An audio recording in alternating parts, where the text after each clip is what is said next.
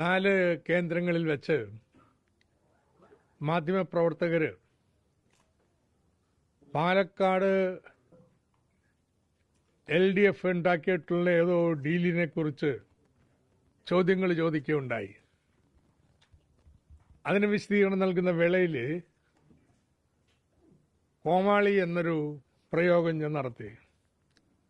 അത് പാലക്കാട്ടെ UDF സ്ഥാനാർത്ഥിക്ക് മനോവിഷമം ഉണ്ടാക്കിയതിൽ എനിക്ക് ഖേദമുണ്ട്.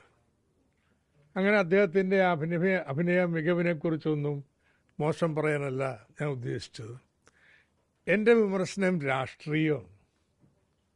ഇന്ന് ലോകത്തെയും രാജ്യത്തെയും കേരളത്തിലെയും ജനങ്ങൾ നേരിടുന്ന ഏറ്റവും വലിയ പ്രശ്നം മധ്യേഷ്യയിലെ പ്രതിസന്ധിയാണെന്ന്.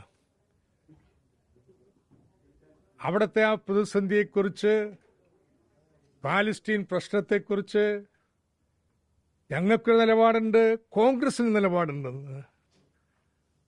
ആ നിലപാടിന് വിരുദ്ധമായിട്ട് അവിടെ പാലസ്തീനിലൊരു പ്രശ്നമുണ്ടെങ്കിൽ നമ്മളിവിടെ എന്തിനാ കടുപിടിക്കുന്നത് എന്ന് പറയുന്ന രാഷ്ട്രീയമില്ലായ്മയില്ലേ അതിനെ വിമർശിച്ചത്.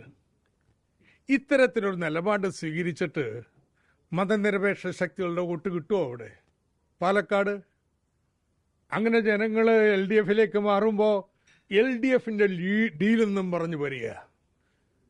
അവിടെ കോൺഗ്രസിനെ ഒന്നും വിജയിപ്പിക്കാനുള്ള ആചാരമൊന്നും ഞങ്ങൾ വാങ്ങിയിട്ടില്ല കേട്ടോ, തോപ്പിക്കാനാ. UDFിൽ നിന്ന് വോട്ട് മാറുമ്പോൾ 2ാം സ്ഥാനത്തുള്ള LDFിലേക്ക് വരാമെന്ന്. LDFാ ജയിക്കാൻ പോണത്. അവിടെ തോൽവിയുടെ സമ്മതമാണ് ഈ ഡീൽ വാദം. ലോകത്തെവിടെയായാലും ഏത് സമയത്തും 24 വാർത്തകളും ഓഗ്മെന്റഡ് റിയാലിറ്റി പാക്കേജുകളും എക്സ്പ്ലെയിനറുകളും വിശദമായി കാണാൻ ഞങ്ങളുടെ YouTube ചാനൽ നിങ്ങൾക്ക് സബ്സ്ക്രൈബ് ചെയ്യാം.